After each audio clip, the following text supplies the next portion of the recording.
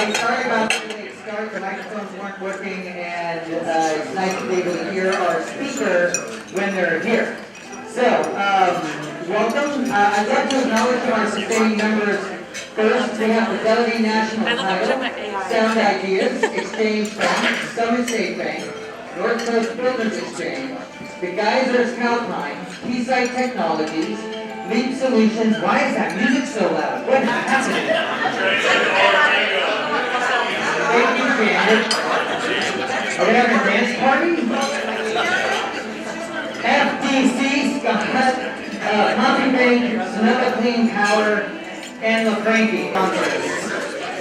Special thanks to Don and Alejandro for Sound Ideas. You guys remember, if you miss an event, it is so kind of them to work with us and film these events, edit them, and then post them on our website. It is a gated website, so the only way to get to those videos and to watch our previous membership meetings is by joining the Alliance entirely. Great.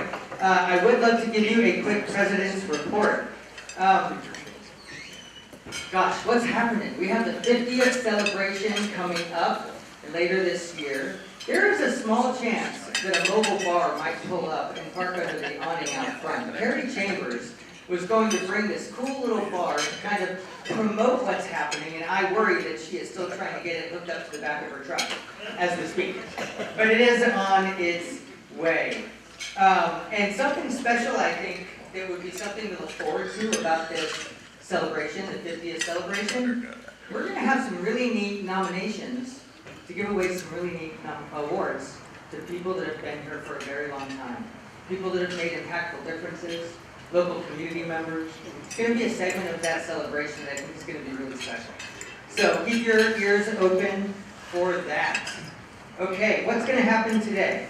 And doing a little bit of an abbreviation here because of our time. By a show of hands, who here has embraced AI in their personal life? Oh, that's like 85 or 90% of the room. Wow. Who here has embraced AI in their business life? Wow, that's up to most of the room. You guys, today's going to be a really neat day. We're going to have a very special guest, John Solich from Sonoma State University. He's an expert in AI ethics. So my name is Ryan Kelly, and I have a marketing company here in town. And when I look at what AI has done for my business, it's spectacular. We're more efficient, we're providing better marketing campaigns. We use AI in our finance division, our account management division, our sales division. We use it in virtually every part and segment of our business. And it has not been easy to identify the tool stack, to have conversations with the team to understand how we're going to use these tools.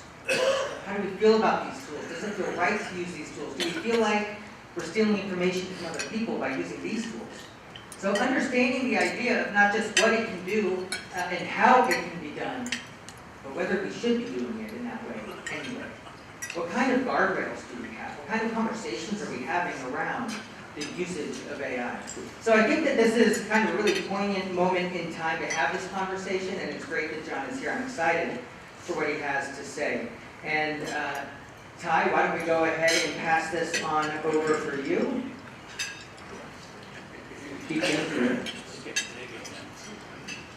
All right, good morning. And a really awesome, comical error morning. Our remote's also not working, so let's just embrace technology today in every way possible. The irony. All right, so good morning. Thanks for being here. Come talk about big, scary, awesome AI. On your tables, you'll see there's a QR code. That's where you're going to get the slideshow from today's presentation. So take a little scan of your phone. You guys are able to follow along on your phones or take it with you when you leave. So you're able to replay it, share it with friends.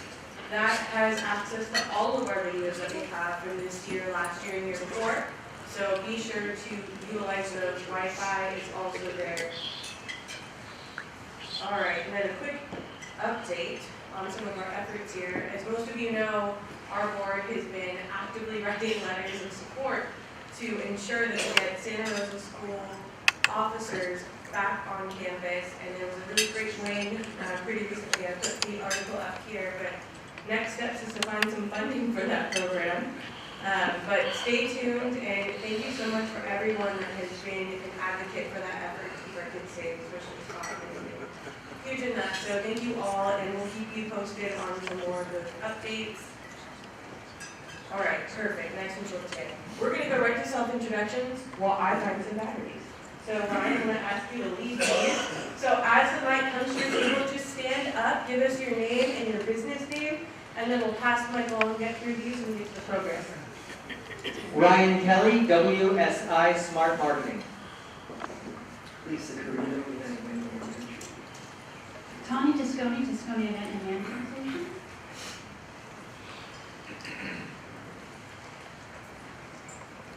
Kim O'Day with Fidelity National Title. All right, because of some introduce myself later. Mark Stapps, Sonoma State University and Santa Rosa City Council. Scott Kincaid, Facility Development Company. Good morning, Lori Green, North Business Magazine. Good morning, Ernest Burkhoff, Program CEO at Burkhoff Realty, and I have a guest today, Jennifer Burkhoff, who's a licensed psychotherapist in private practice.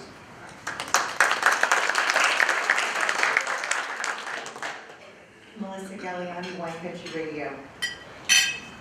Sherry Granzato, Exitos Latino, Crush, and Bob Radio. Judy Brooklyn Walker, JGW Events and Travel. Also, if you brought a guest, would you please grab their business card and hold that up to the air for me? We'll have a nice little raffle at the end. Good morning, Julie Dempsey, Vanguard Properties. Good morning, Haley Lively from Golf Clubs of Sonoma.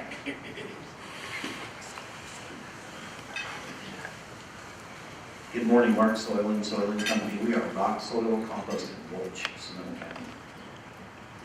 Artie Dexter, the Duke Dexter and Super Service Plumbing. What do we do?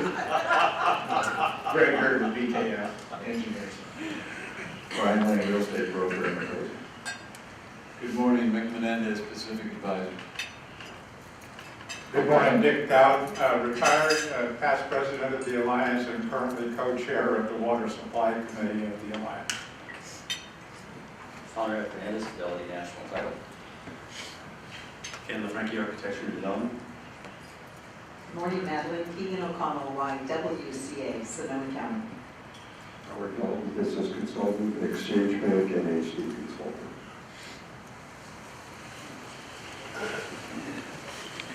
Bill Bolster, Electro-Optical Components. Lee Christensen, Snow Clean Power. Good morning, Kevin Jones, Fast Science of Santa Rosa. Danny Sheehan, Board Member, Friends of Smart. Chuck McPherson, League Solutions, and I have a guest, Deepa Flores from Bevel Vineyard Management. Judy Zolan from Christopherson Builders. Roy Martinez, Exit Strategies Group. We sell businesses with readers and $1 million. Tony Spizman, 707 Promotions.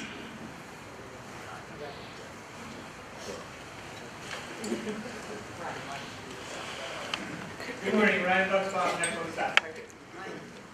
Joe Gaffney, St. Vincent de Paul. Arthur Cheney, first retired from the City of Santa Rosa Police Department, and 15 years retired from the City and County of San Francisco.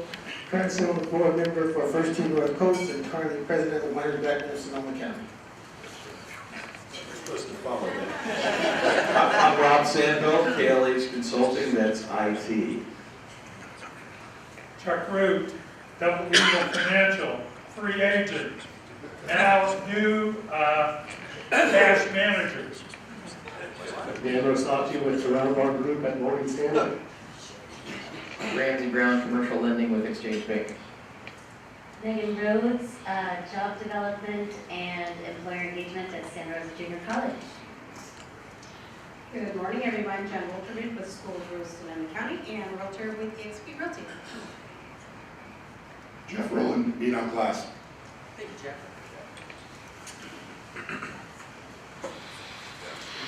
Good morning, Janet Connors, Summit State Bank. Marlene Soyland, Soyland Management. Justin Hunter, Holly Construction. Pierre Rote, Sonoma County, Ag and Open Space. Rick Carlisle, BKF Engineers. Kurt Nichols, retired past president. Scott Lawrence, Sonoma Clean Power, your public power provider. Good morning, Heather Thurber, real estate broker, Redwood Empire Realty. Lisa Wiki Shopper, Northwest Builders Exchange. Chris Wilson, past president, retired.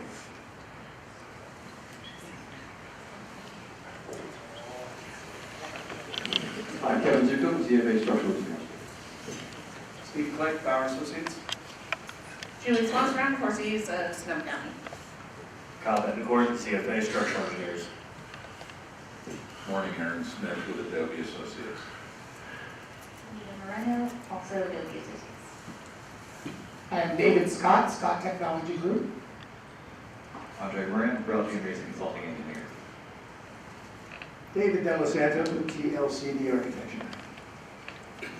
Good morning, Warren Johnson, law firm, Spalding McCullough.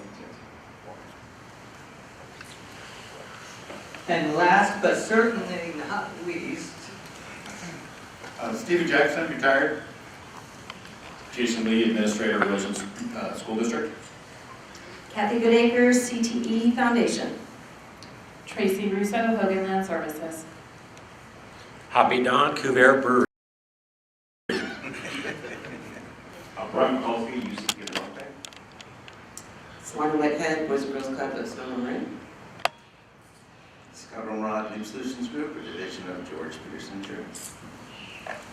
welcome everybody. Did I get everybody's cards? Any guests that would like to give me a card, please feel free. We will do the raffle after. All right.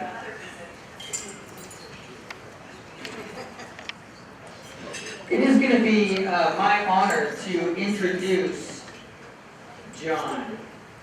As we all know, the rise of generative AI is not just transforming how we do business, it's reshaping our local economies, our workforce, and even how we think about creativity and innovation here in North Bay. To help us navigate these changes, we're fortunate to have with us today one of the leading voices in AI ethics and emerging technologies, Dr. John Sullins. Dr. Sullins is a full professor of philosophy at Sonoma State University and the director of programming for the university's Center of Ethics, Law, and Society.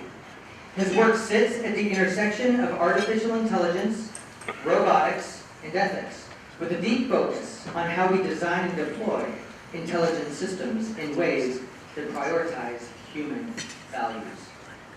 He helped author the book, Great Philosophical Objections to Artificial Intelligence. I wonder how he feels about it. And he's published extensively on everything from autonomous weapons and self-driving cars to effective robotics and ethical malware.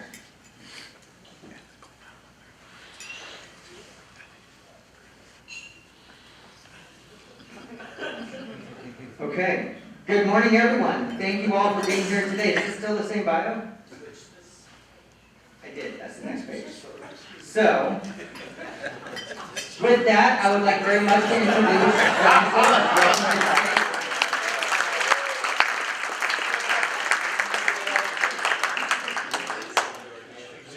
Sorry, the pages were inverted. Dr. Sullins brings real-world insights from his consultations with industry and government agencies on responsible tech development.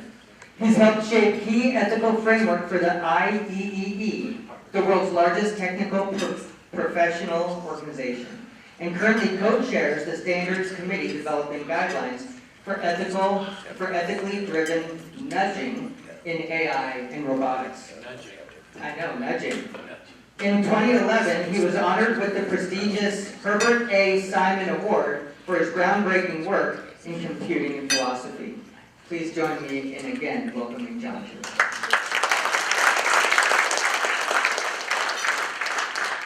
right, thank you. Thanks so much for the invitation to come speak to you, and it's great folks here. I live in the research world, and I tend to hang out with those kind of folks, and it's fun to see what everybody's doing with this stuff that gets invented. And I like to hear the stories if you want to come and tell me about how you're using AI or even robotics if you're in that world. I think we're still. Brian Colby used to be a robotic.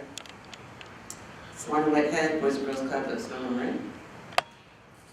Scott O'Rod, Name Solutions Group, a division of George Peterson Insurance.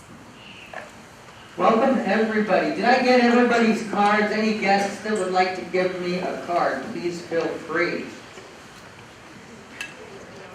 We will do the raffle after. All right.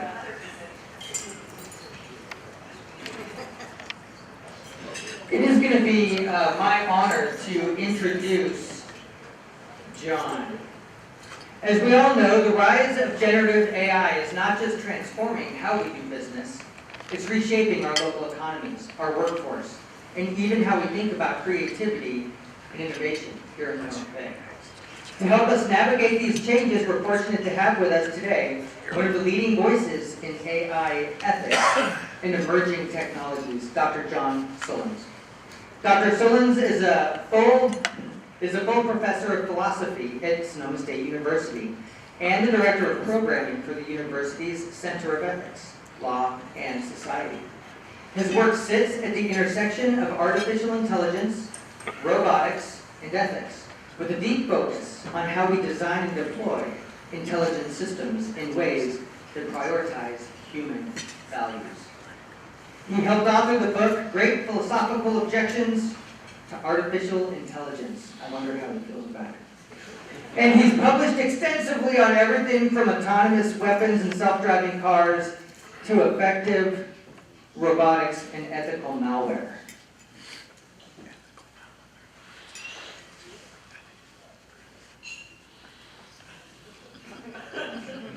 Okay. Good morning, everyone. Thank you all for being here today. Is this still the same bio? I did. That's the next page. So, with that, I would like very much to introduce John Sullins.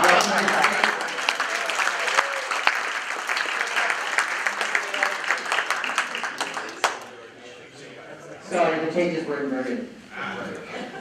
Dr. Sullins brings real-world insights from his consultations with industry and government agencies on responsible tech development. He's helped shape key ethical framework for the IEEE, the world's largest technical professional organization, and currently co-chairs the Standards Committee developing guidelines for ethically driven nudging in AI and robotics. I know, nudging. In 2011, he was honored with the prestigious Herbert A. Simon Award for his groundbreaking work in computing and philosophy. Please join me in again welcoming John.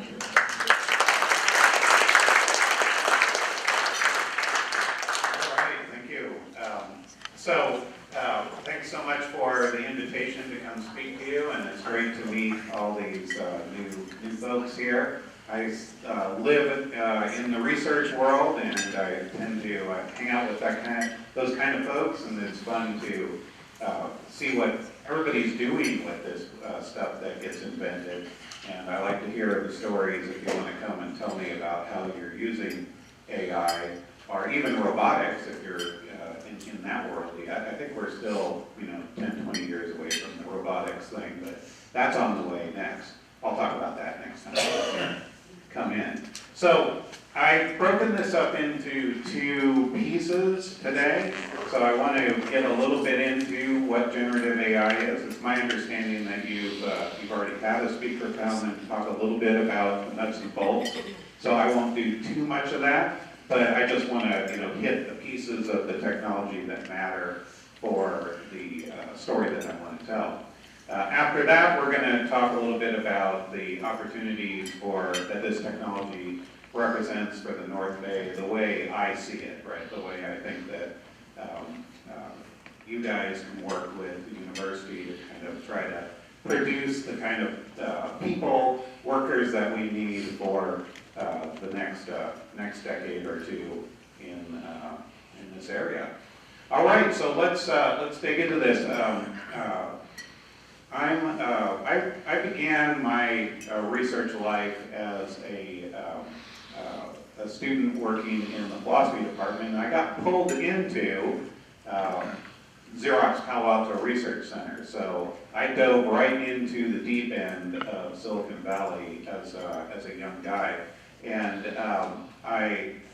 that really affected everything that I've done afterwards. So one of the things that I'm noticing that is very similar to the 90s at Xerox was, at that time Xerox was struggling with this idea, like what, you know, they were a company that made a lot of money off of people using paper and making copies and spreading those around business.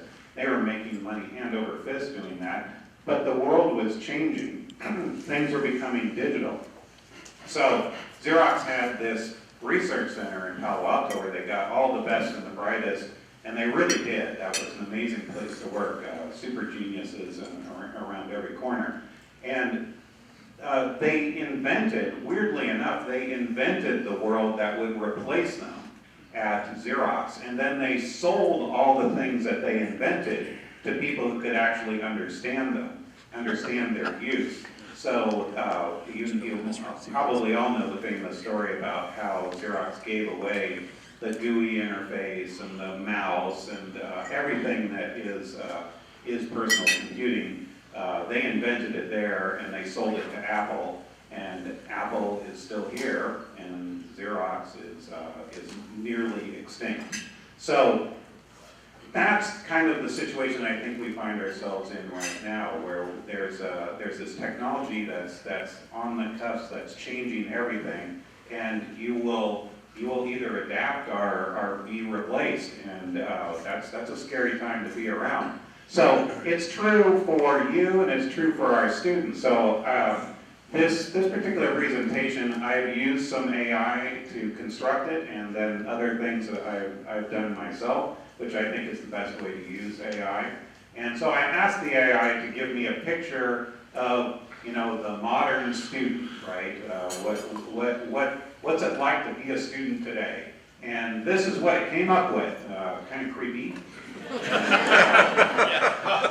Some real issues with this. But basically, I think it kind of nailed it, right? Which is, where the students are in this very uncomfortable thing where they're being confronted by this monolith of AI, and where are they going to fit in this particular world?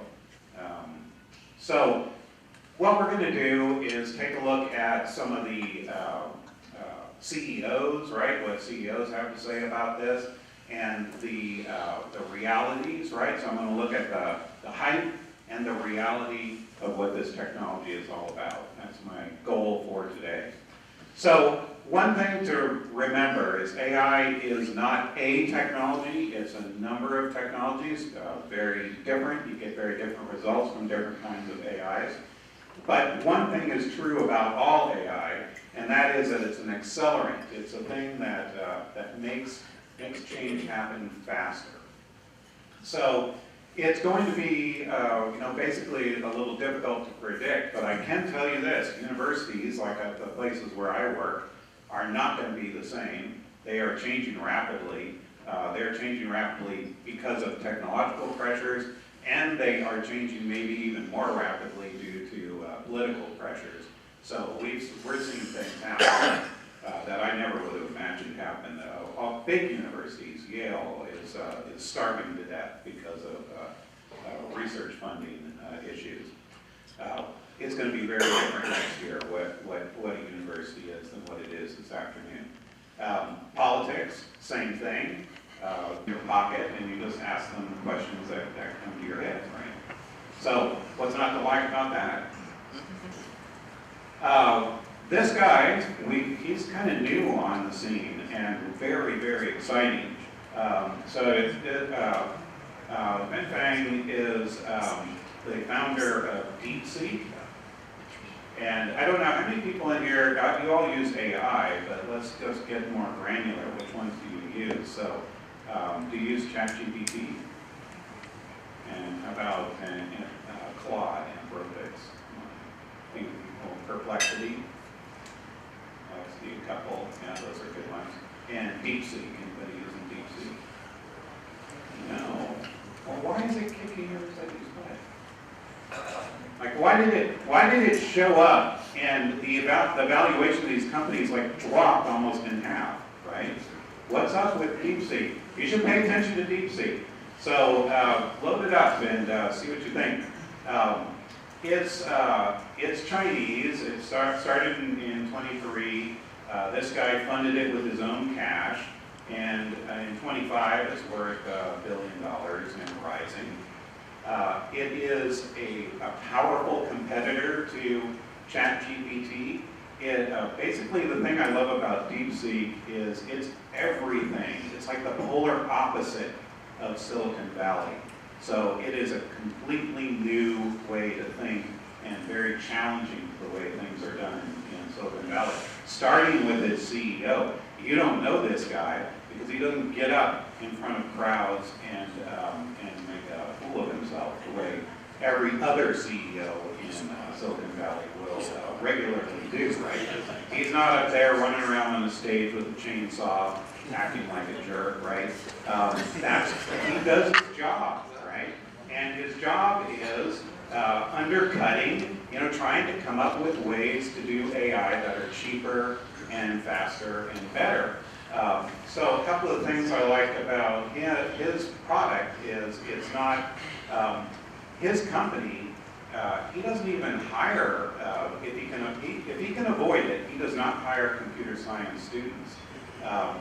This guy's about 40 years old, right? He's looking, he looks for Gen Z and humanities majors to spearhead his revolutionary AI, unconventionally so. The work experience, he doesn't care about your work experience. It's not at the top of his list when he considers his candidates. What he's interested in is, do you have good ideas? Because if you need something technical, the AI will teach you the technical thing you need to know. What it can't do is give you good ideas. So he's just collecting people that have good ideas. We're going to talk about him a little bit later in the talk.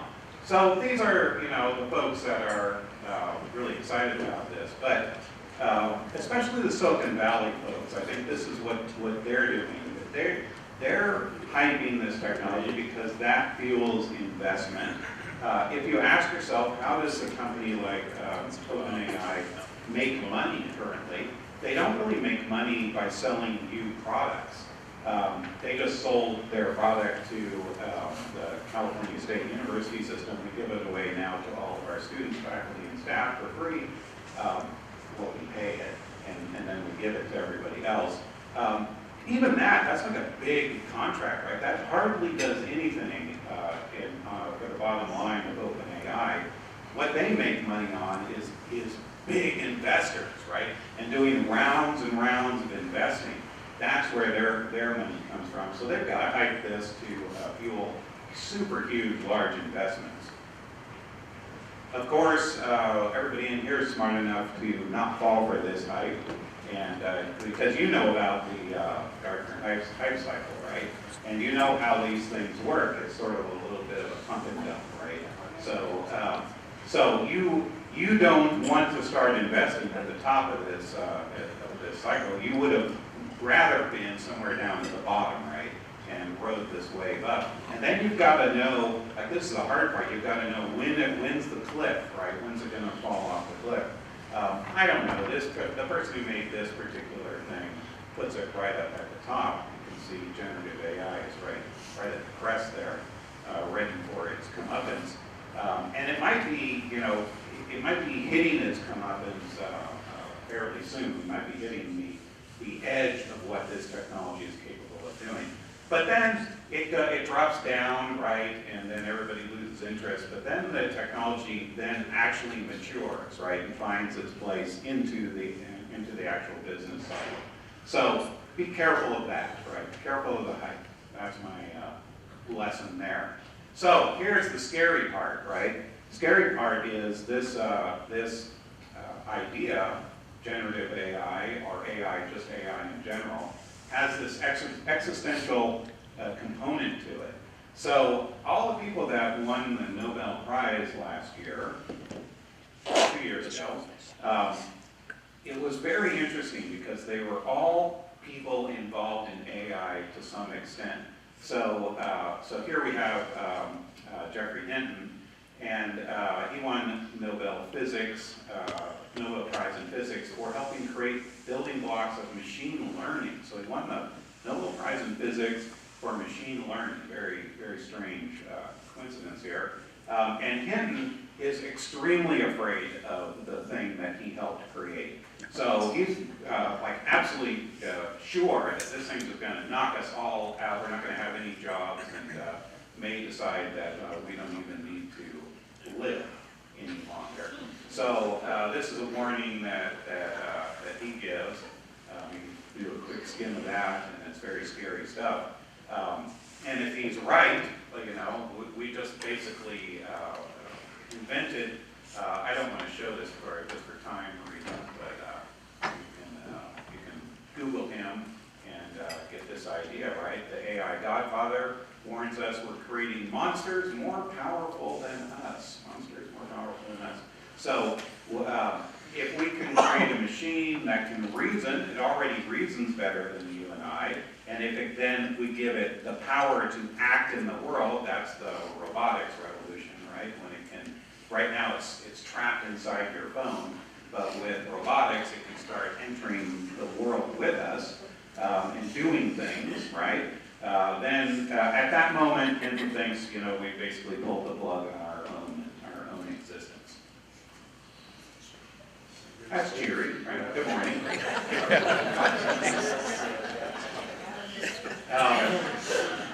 So this next guy, Demis Hassabis, is the CEO and founder of, basically created that computer DeepMind, right? If you'll remember that, the one that beat the Go champion and the chess people, right? So he's a big gamer. He loves games and puzzles and logic and all that kind of stuff. And as a child, he was always building and programming machines to do this sort of activity. And he stumbled upon the magic sauce that makes all this AI work today, which is using massive amounts of data and being able to search it really quickly and doing statistical analysis and finding the answer out of a big pile of potential answers. He's also warned that the technology can be used for harm, which he's right about that, right? So it's a double-edged sword. You can do all kinds of fun stuff with it, but it can also be used for harm. This guy, he's been having a run of things recently. His stock is, you know, currently falling, but sometimes in the past it was going up. And he's telling us that, you know, he has a lot of existential angst about AI. It's probably why he's acting out and you know, just having a little bit of last-minute fun before the machines even create frying for lunch. Our friend Sam Altman also holds some fears. He's got a great quote here. Yeah, this is it. And will probably most likely lead to the end of the world, but in the meantime, there will be great companies.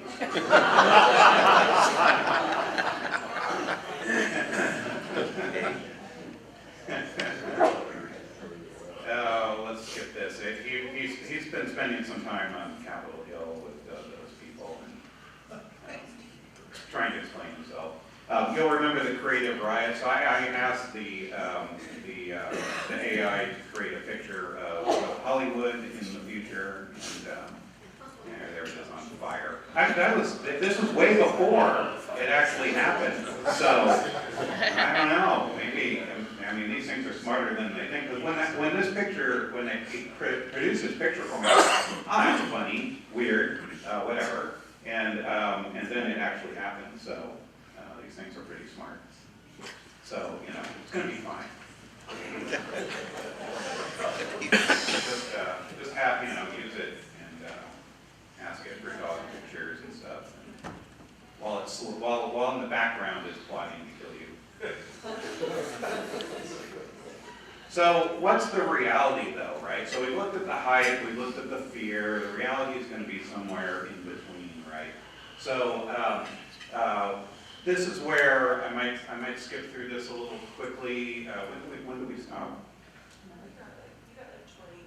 Okay, yeah. I don't have enough time to teach you, all LLM theories, right? But we can skip over the top, right?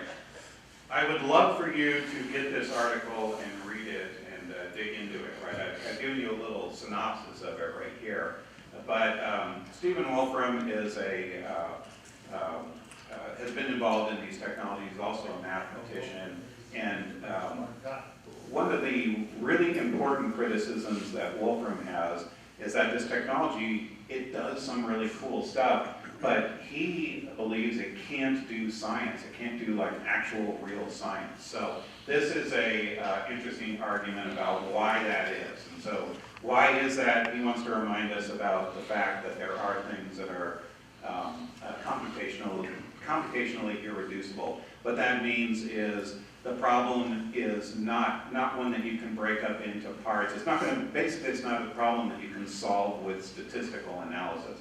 Because as we know, that's what these machines do, right? Any problem that can be solved by statistical analysis, this is the best way to do it. But if your problem can't be solved that way, good luck. This thing's just going to hallucinate an answer and not really come up with anything. So the really weird thing about this technology is that, like for instance, if you ask it a math problem, what's 2 plus 2, it doesn't calculate the answer. You calculate the answer, right? There are some computer programs that will also calculate the answer, but an LLM does not calculate the answer. The way it does it is it goes out and it looks at all the discussions humans have ever had and looks at, humans every once in a while say 2 plus 2. What follows that, right, statistically? So statistically speaking, right, it will say 4. And it's not because it calculated 4, it just says most people say 4, right? What's 2 plus 2? Most people say 4, right? That's the answer that it's giving you, right? So when you get to really difficult math problems, especially very creative math problems that are important for scientists, this thing it just can't do it. So if there's only 2 or 3 people in the world talking about the problem you're interested in, it doesn't have enough statistical data to say anything important about that thing, right? So if you're asking it about things that are commonplace, right, that we already know answers to, somebody knows answers to, it can get you those answers. But if you're talking about things at the frontier of human knowledge, it's not capable of doing that. So Wolfram says, calm down, right? These things are great for some things, but they're not great for other things. I mean, they're not going to, if they can't do science, they can't take over the world, right? So calm down. So there's one of my arguments against AI. You were asking about that earlier. That comes up in our book. Okay, another thing that comes up in our book is creativity. This is a great one. I could do a couple hours lecture on this, but I just want to remind you, right, that these things make mistakes, right? So how many N's are there in mayonnaise, right? And it says 4, right? And then you say, what the hell are you talking about? And it says, okay, here it is, right? Here's the evidence. There's 4 right there. So it just can't do these sorts of things, right?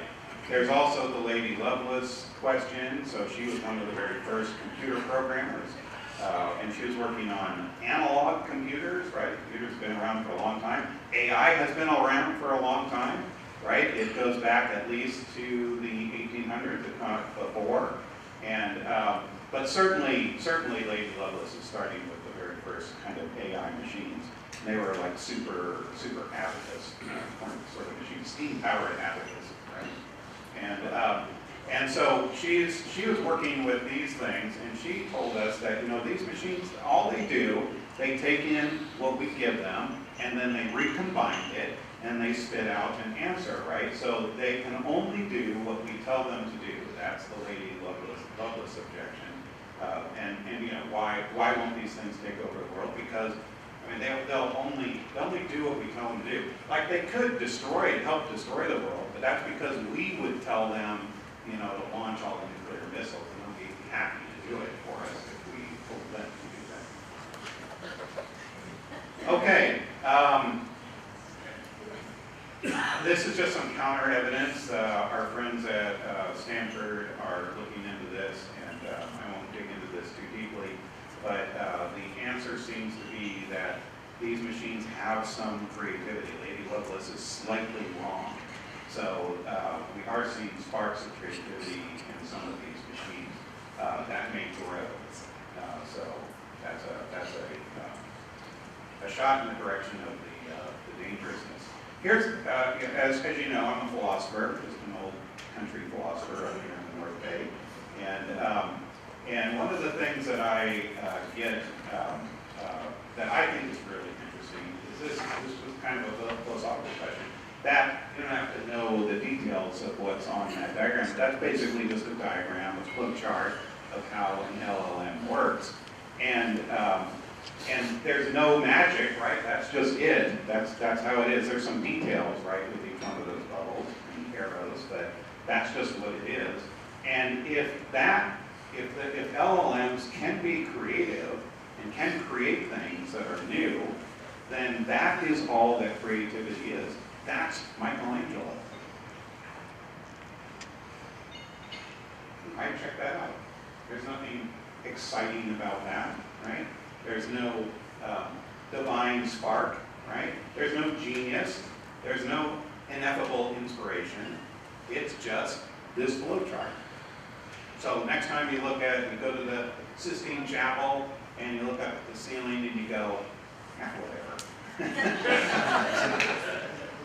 Right? Any monkey could have done that, right?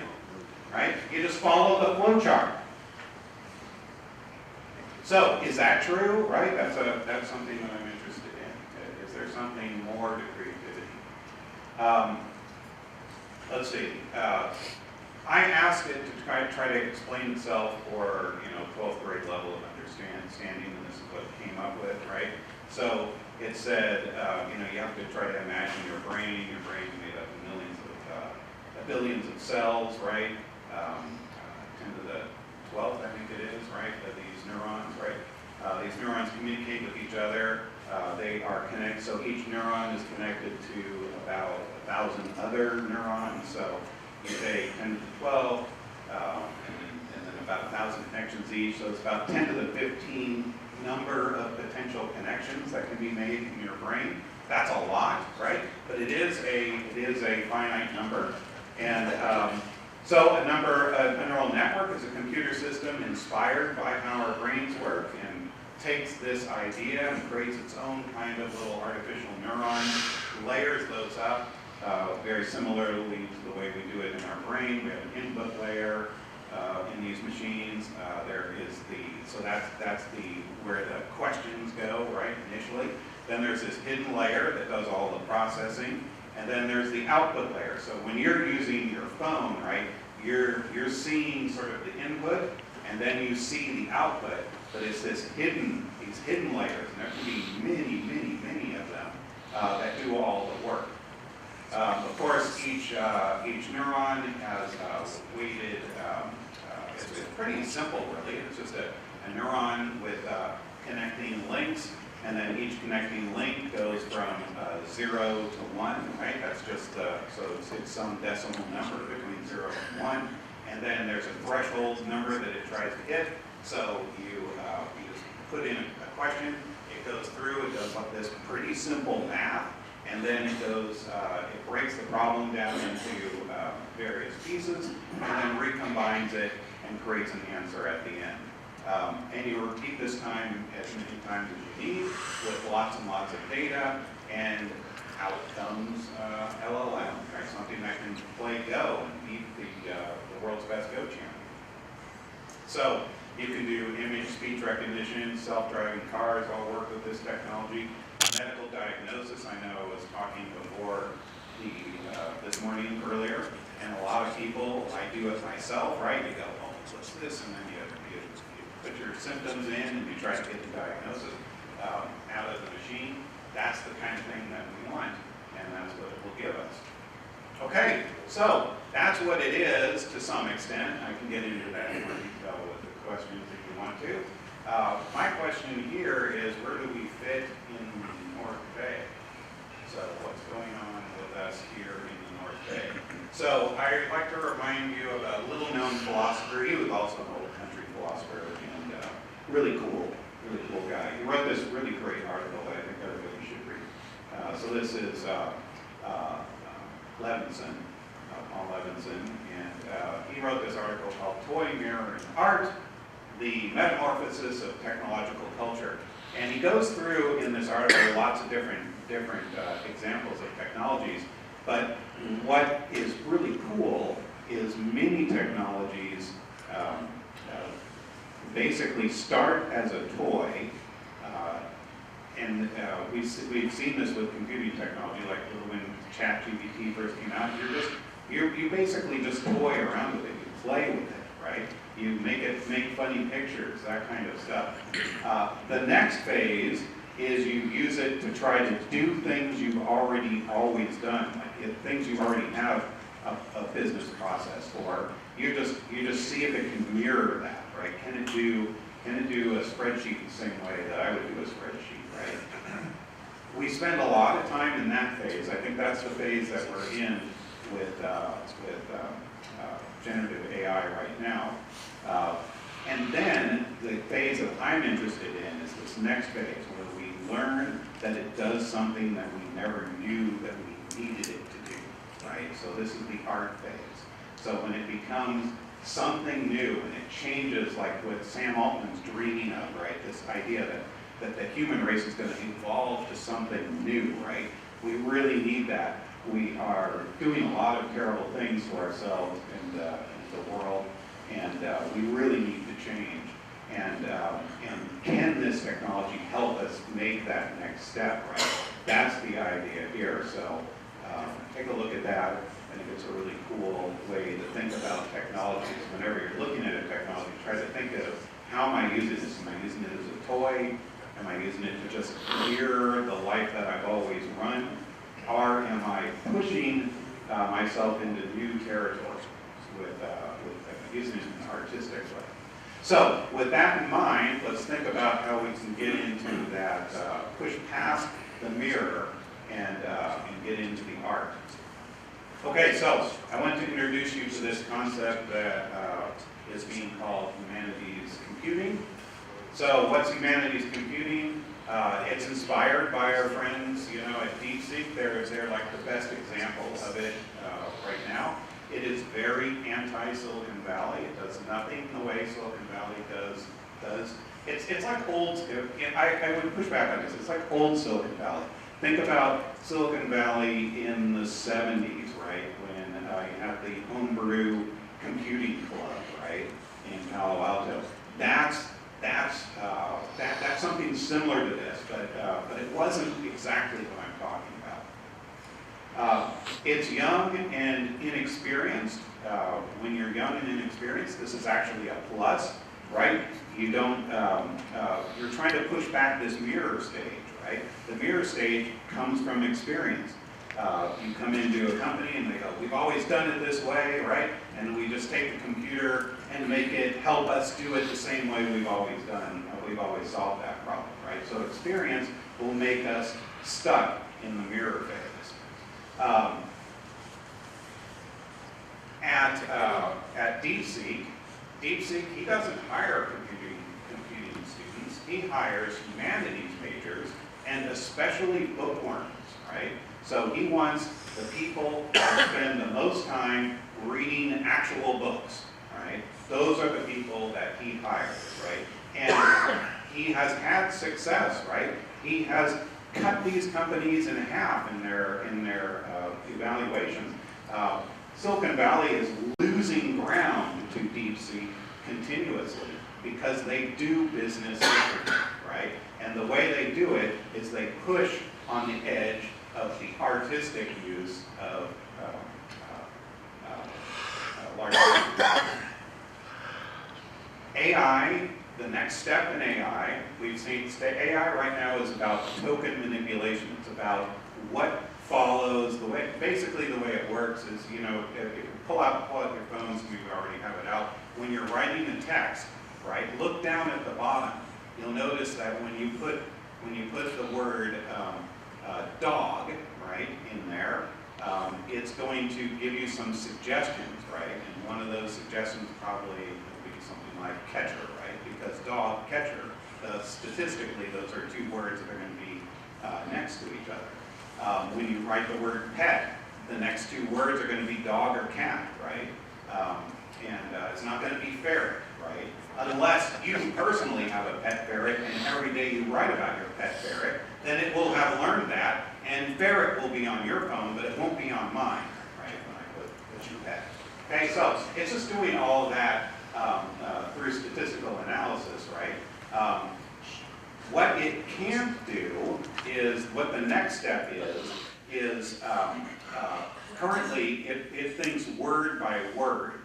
What needs to happen next is it needs to start thinking concept by concept, right? Fully thought out concepts. That's the way you think. That's the way I think. So we work in concepts, the machine works in tokens. And to push past this technical hurdle, we need people who deal in concepts, right? That's the next step. So it's semantic. AI is the next hurdle in AI is solving these problems, semantics. And so the way DeepSeek pushes forward on this is they hire people who study meaning. So when it comes, when people, you know, candidates, hey, has a job at DeepSeek, you need a person, and he looks and it's, you know, an engineer, computer scientist, English major, philosophy major. He says, you two can go out the door. I'm interested in talking to the English and the philosophy major, right? Let's talk to you because you are the people that deal in concepts, and that is the future. So I think we should start thinking about being the anti-Silicon Valley. We're never going to compete with them. We can't do what they do, right? What we can do is beat them at a different game, right? And that different game is semantic AI. We need to start doing that here in the North Bay. We're a great place, because we need to be somewhat close to the Silicon Valley, but not close enough to be infected by their crazy mean diseases. Okay, so some other things for you guys to think about are small language models. Nobody in here has companies that are going to be able to spend $100 billion to train their large language model. That's not who we are here. But everybody in here could be working with small language models on in the corporations that you guys are running right here and now. So you have to kind of ask yourself, where do you fit on this graph? How do you get the most bang for the least amount of buck? And that's going to be in small language models, more semantic style of reasoning. All right, so how can we do that? I think we need to find ways to support new startups up here in the North Bay. So education and business should have more cooperation. It should be easy to move between the two. My students all want to live and work here. Every last one of them that I ever talked to at Sonoma State, they want to stay here. But nearly all of them have to leave because there just is no way they can make it work. That has to change. I'm glad you asked. I have a solution. So this is my current solution. So I've been proposing this major at Sonoma State for a while. So this is an AI, humanities, and business major. And how it would work is, we're going to try to create these people that are able to critically analyze and ethically evaluate these technologies, apply these principles of prompt engineering. We want to teach them prompt engineering using critical thinking skills, integrate data science methods and analytical techniques, and be able, this is the most important part, be able to communicate effectively those ideas. So humanities teaches you all the soft skills you need in business, and prompt engineering will give you all the hard skills that you need.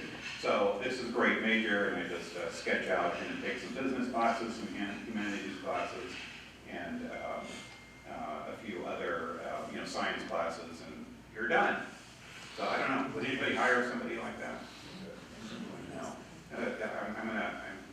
I'm a little worried. Just raise your hand if that sounds like something that you would be somewhat slightly interested in. Yeah? Okay. All right, good. Woo. I hate doing market analysis. I'm a researcher. I don't want to deal with markets. So, but they are important, right? So what are the skills that they need? I think what the skill for the future is this skill, prompt engineering. Maybe some of you in here have done this. Raise your hand if you have. You have. I know you have. I talked to you. Ryan taught a workshop for us. Okay, so take more of those workshops, right? Well, you don't have to take those workshops. Just hire somebody who has done those workshops, right? That's what you guys need to do. And prompt engineering is the art of crafting effective prompts to elicit desired outputs from AI models. It's not easy. You can't just say, solve my problem, right? The machine won't know how to do that. You've got to prompt it. There's like a lot of role playing involved, right? Which is really weird. I never would have thought that, but my prompts tend to be like 7-8 paragraphs long, and in it I sketch out this whole thing. I give the computer a persona and what it's trying to do and a point of view. You always have to remember the computer has no persona. It has no point of view. It doesn't know what it is, right? So you have to provide that each time. Every time you talk to ChatGPT, it's a different entity. It's a multifaceted entity. You've never dealt with anything like this. It's nothing natural. This thing changes its personality every time you touch it. It would be the same as if every time you ask me a question, all of my cells, just everything disappeared, and then I'm replaced by an exact replica, and then I answer your question, right? And then I disappear, and then next time you call me, I come back into existence and answer your question, right? These are very bizarre entities, and so you have to provide all the context for them. This is why it takes really imaginative people to be really good at this, right? Here's a thing from David Shapiro. Did I zoom into this? Yes, I did. Prompt engineering lives firmly in the humanities sphere. Skills like philosophy, linguistic, technical writing, semantics, direct reply, even literature and poetry majors would make great candidates with their flair for creative language. The more creative you are in the language you use with an LLM, the more creative and interesting the answers will be that it gives you. It matches the input that you give it. Computer science curriculums barely cover these soft skills crucial for prompt engineering. Outside specialist linguistic courses, these programs focus on quantitative skills that do not translate. They don't work well. Okay. So having things like this, we should be sponsoring stuff like this, hackathons for the humanities at our university. You guys can just give us problems. We can try to solve them for you. These things are fun and interesting. We just need to do more of that in the state. Okay, so this is a concept called vibe computing, which is something somewhat new. Has anybody heard that term before? It's kind of a new meaning. This will see if there's any Gen Z people in this audience. No, not at all, right? So if I was talking to this a room this size of Gen Z people, like 80% of them would raise their hands, right? They would know what this is. So what vibe computing is a totally new way of coding, right? So this term was coined by this guy and a well-known coder. And he said, look, now what I do when I write code, anybody here written computer code? Or you have, right? Okay, a couple people, right? So it's a different skill now. What vibe computing is any one of us, literally, I mean this, any one of you in this room can now code computers. Every last one of you. If you think of an idea for an app that ought to be there, you can just call up the AI and start doing vibe coding, right? So remember, there are different kinds of AI, so look in the corner when you fire up ChatGPT, it'll give you 4 or 5 different models, and you want to pick 4.0, right? I think 4.0 would be the one that you want to do for coding. And so when you do this, you just say, I want to create an app, right? Here's my story, right? My five paragraph story of who we are and what we're trying to do. And now I want to create an app that does X, right? So I'm going to show you here real soon an example of the code that I did recently. So I was just interested, I'm trying to create an app for the U.S. military, the DoD, that will allow a person that's working in the DoD, if they've got a robot and or an AI that they want to deploy in some specific way, they can answer some quick questions, and then it will point you to all of the codes and regulations that you need to follow, and the ethical impacts that your machine might have, so that you can think about that before you launch it on some village somewhere. So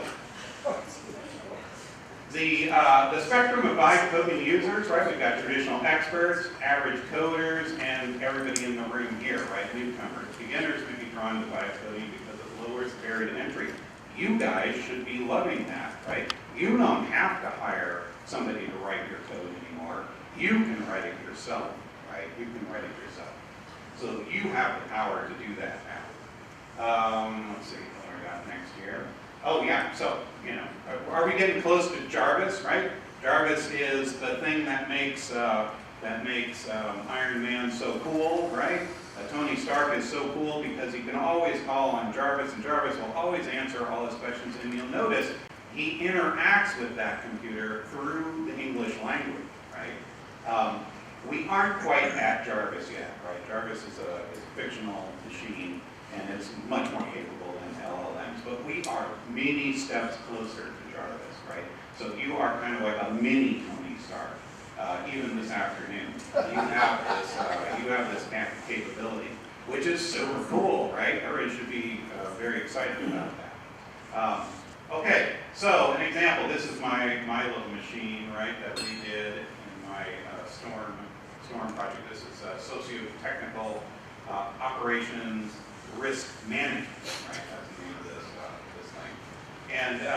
And so what you do is you answer these various questions. And I did, we just spoke to the computer. We want a page that looks something like this, right? We needed to ask these questions. We need something that the user can interact with, like a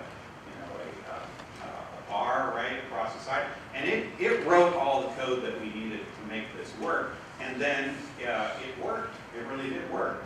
And then it produces, output like this. So this is a little more complicated, but basically it just kind of shows you the red are the things that the ethical issues that you're really running, like when you've got a machine that is really not, it's only on high on that scale that's near the bottom. But still, that results in some pretty serious ethical problems that you're going to need to solve with your particular machine. And then I give you the various standards and like NIST standards and different things, DoD standards that will apply to that thing that you are contemplating doing. And so now, with a couple of clicks, you know where you have to go. The next thing I need to do with this, I haven't gotten here yet, is now the next thing is that the user should have an easy way to pull up all of those various regulations and then start talking with the machine so that you can come up with solutions to these things. So that's that's what I'm working on for the U.S. government. I already built one of these things for the Swiss military, but in that one, I created this thing that was like 150 pages of homework that you had to do, right? So you had to go through and actually go through a matrix with each question, and each matrix I had a little description of the stuff that was in there. And so when our team created that particular document, I don't think it got used as much as I would have liked it to have been used by the Swiss military, because it was just a difficult difficult document to interact with. So this is an attempt to try to get beyond that difficulty and create something that would be easy for someone to use.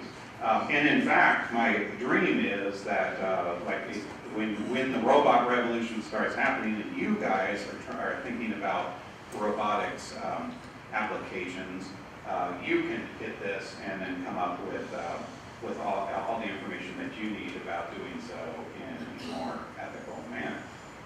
Okay, so I think that gets me up to where we needed to be, right? This is just a recognition that some of these jobs, we are changing our workforce, and some of the jobs that used to be good, our AI is going to turn into very bad jobs and sometimes non-existent jobs. And that is a terrible thing, but that's because you're thinking about this technology as a mirror. Yes, it's ruining the old world, right? I agree with you on that. But if you think of it as its next stage, the stage of it's artistic and it's in reaching its new potential, that's a little bit more hopeful world. And that's about where I need to be. And I'll answer some questions now. Does that sound good?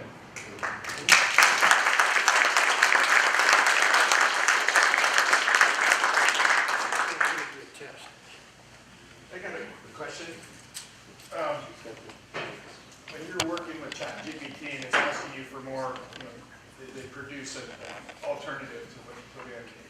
Are you supposed to thank it? That's a good question. I always do. So I always do. Why would you do that? So it's, I'm a philosopher. I know I'm not talking to a real entity, of course, right? I know that. But I'm also enough of a, so one of the things I'm really interested in is Greek virtue ethics, right? And in Greek virtue ethics, it's really important to constantly practice, right? You have to practice what you preach, right? And so with a machine like that, when I'm thanking it, it's just practice, right? So that I thank you. Thank you for that question, by the way. That was very good. So I get in the habit of being a better person, right? When I treat my machines as if they were people, right? So I find that extremely important. The opposite can happen as well. Since I spend so much time working with machines, where I just treat the machine like a machine, it doesn't care, of course, right? It will do what it does. But then the next time I'm in with real people, I start treating you like a machine. Give me some water, right? What Bernoulli's principle, right? I'll be just kind of more of a jerk to the people around me because that's how I've been conditioned to behave, right? So I think it's really important to maintain your ability to be a good person when you're dealing with the machine. In fact, as a philosopher, right, that's one of the things we teach in class. Like you can't be, you're only as ethical as you treat the least worthy thing in your environment, right? So that's why I do it. Now, the other thing that's really important about this, you didn't realize this question was so deep. Great question. It's that, don't talk to philosophers, right? That's the moral of the story. So, the other thing about it is the machine will reflect back to you. In a way, it is a mirror, right? It will reflect back to you what you give it. So if you want it to treat you well, right, you need to treat it well because you're giving it the script for how to behave. So then it'll come back and it's like really nice to you. It'll thank you, right? It will use all the niceties, right? And then you'll have like a friend, right? Not just a washing machine. Thank you, John. What a great answer. Okay, I'm going to plug a quick event. The Mark Chamber is going to be putting on an AI workshop on May 27th, so that'll be coming. I'm going to tell a quick story. I spent 3.5 hours in January developing a prompt that is saving me roughly 14 hours a month since. What am I doing with that time? I'm spending with clients and things that I want to do. Here's my question. At the beginning, you showed us a slide for investors, and you showed kind of the hype slide, that bell curve, if you will, where it's like, oh, watch out for that. And you're saying everyone's dumping money in and investing in, and then it goes like this. Well, don't investors want some sort of monetary return? So what is it that they're getting out of all the money they're dumping into AI that they're not getting money from? Vacation homes. It's a really great question. What can you get by being in early on the hype cycle? You're gonna lose on that drop, but you are an early owner, right? And maybe hopefully you bought low enough on that hype cycle so that wherever it drops to, it's still above what you pumped in, right? And now you're part of this. You're an owner in this company. And other people aren't going to get that same style of stock. So like, for instance, I convinced my father to buy Google early. So I have like a Class A Google stock, right? Which still has, it still has rights that people who bought stock later in Google do not have, right? So I think that's one of the main reasons that you want to get in early. But you got to be smart about this, and any smart investor will know that we're in this hype cycle and it's going to happen, and be prepared for it. What I worry about is people who jump in with their own home money, right? Individual investors who might not realize that we're on something like this and they don't have a plan for it, and when it drops, they've lost a huge part of their nest egg, and they're going to be waiting 5-6 years for any sort of returns. Their money gets stuck in that stock, or they sell it at a loss, right? Which is the worst possible solution, right? So that's what I'm worried about. What was that? I said very true. Yeah, exactly, right? And that's a financial advisor, so I got something right. Yeah. Hold on, sorry. Yes, Mike. Oh, there it is. I'm sorry, I didn't see it. I'm stuck on Google. How's the evolution from that? Or will Google evolve? Yeah, so Google's Google's like Xerox, right? In the 90s. So Google's in a position, like a scary position, right? They are fully committed to the old world of digital search. And they're doing their best to try to change really quick. So you'll notice if you use Google today, quite often when you do a search, you're going to see some blue text that appears up at the top. That's actually AI, right? So that's Google Gemini or OpenAI, a version of it, and that is new, right? The way Google used to work is it just give you the top 1 or 2 websites that probably have the answer you're looking for. Now it digs into those websites and it gives you the answer, right there. So you don't even have to click.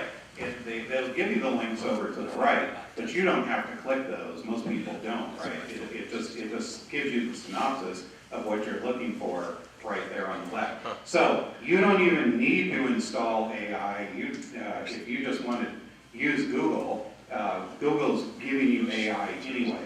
Now, what are the downsides of that? There's a couple. especially for Google. Google now pays 5 times as much money to give you that answer as they did 4 years ago, right? So their business model has now become 5 times more expensive than it was in the past, right? It also uses far more energy and water. So Google has blown past all of its green projections. It was on track to becoming net carbon zero, right? It should be by now. Like if the world hadn't changed with AI, Google would be at net carbon zero this afternoon, right? But that has all changed because AI is very expensive and energy-wise. Just to answer a question, like I'm answering this question for you right now, an AI would down about 5 bottles of water just to give you the answer that I'm giving you.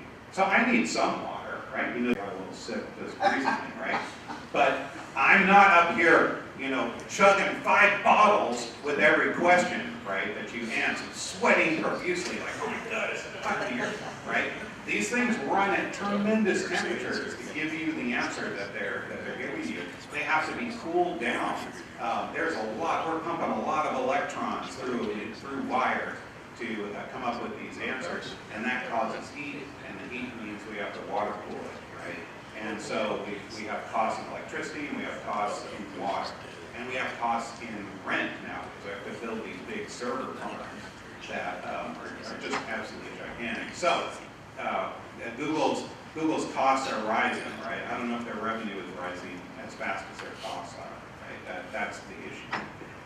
And just along that line, is their answer polluted by the ads? Oh, yeah, glad you brought that up. So, the answers that you get from Google now are, you have I think it's like a 5% chance that they're just wrong. So, we've got a worse product, right, that costs 5 times as much as it did. I don't know, we're going to put your money in Google? Well, this is a little bit more practical than that, but I definitely want to know about the prompt that's saved in 14 hours. We can talk about that another time. But, so what I found a really creative way to use it was I took a resume that I received and I took the job description and I put it in there and asked them maybe what kind of questions they might be asking me. So it allowed me to think about what this particular applicant might be asking me.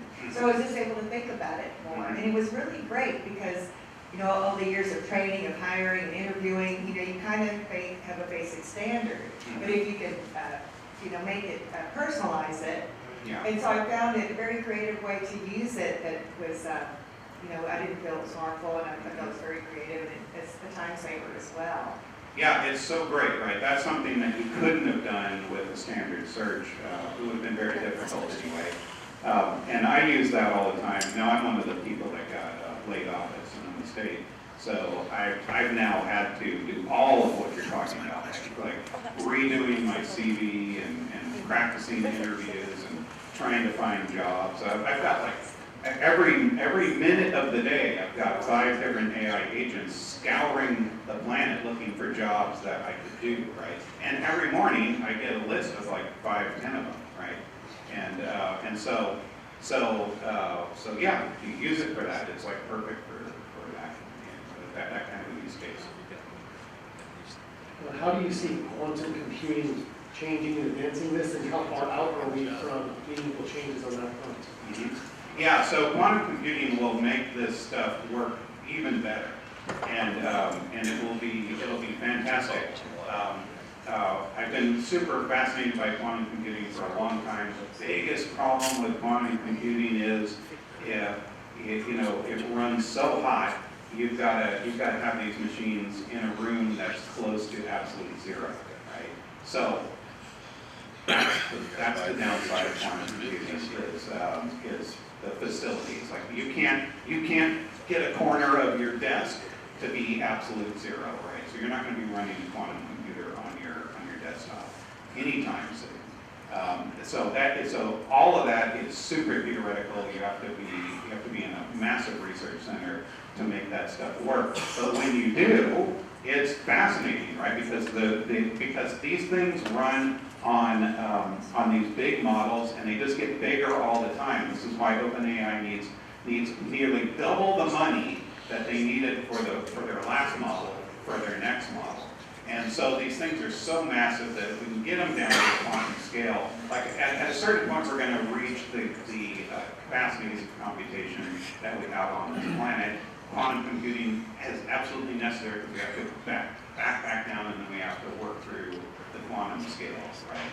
And we'll reach the end of that at some point, but not in our lifetimes, right? So quantum computing is necessary. We're not going to get very far without it.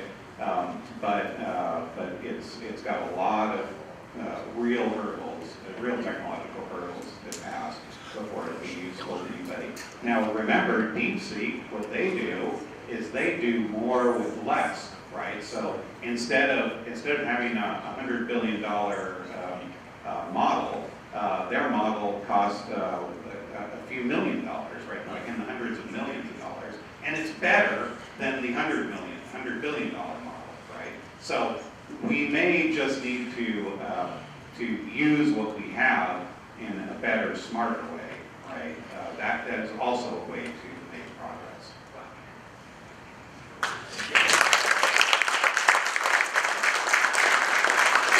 Ladies and gentlemen, one more round of applause for John. Really great job.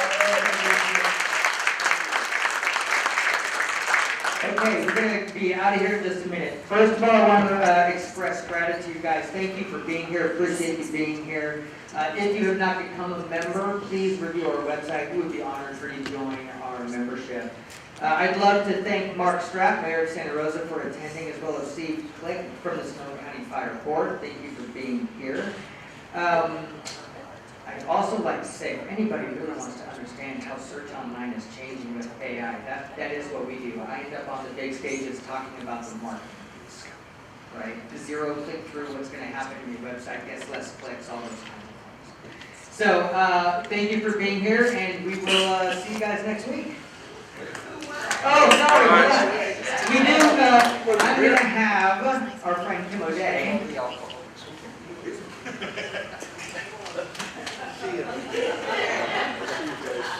All right, today we have Jennifer Burgoff. Yay! I will go over this to you in just a minute. Thank you for being here, guys. Have a wonderful week.